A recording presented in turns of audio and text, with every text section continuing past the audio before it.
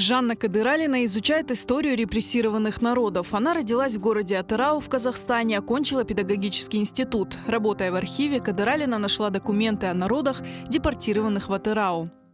В областном архиве это был период как раз начала 90-х годов, в 92 году, когда начался процесс рассекречивания документов по истории бывшего СССР, и большой пласт документов был открыт по истории политических репрессий. Материалы вызвали у ученой большой интерес, ведь репрессии в советское время коснулись и ее семьи.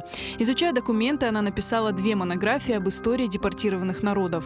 Большие разделы были посвящены, в частности, и крымско-татарскому народу. В Гурьевской области они были размещены в 1943 году, когда началось строительство Гурьевского нефтеперерабатывающего завода.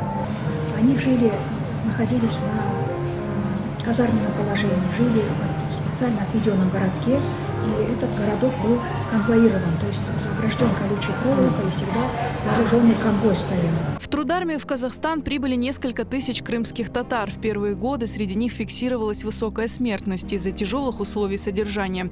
В письмах к родным трудармейцы писали о голоде и суровом климате. Конечно, очень трудно читать эти письма, проникаешься болью, сочувствием к таким вот. Действительно, нечеловеческие условия были поставлены бойцы строительных колонн. Вся страна испытывала трудности, а им, трудармейцам, было вдвойне тяжелее. Несмотря на это, трудармейцы упорно работали и даже получали трудовые награды. После снятия комендантского режима многие крымские татары остались жить в Казахстане. Темой репрессированных Жанна Кадыралина занимается по сей день. Она автор множества статей и книг. Сейчас она работает в Государственной комиссии по полной реабилитации жертв политических репрессий. За 2 года работы в Госкомиссии в Казахстане рассекретили почти 2,5 миллиона документов в спецархивах.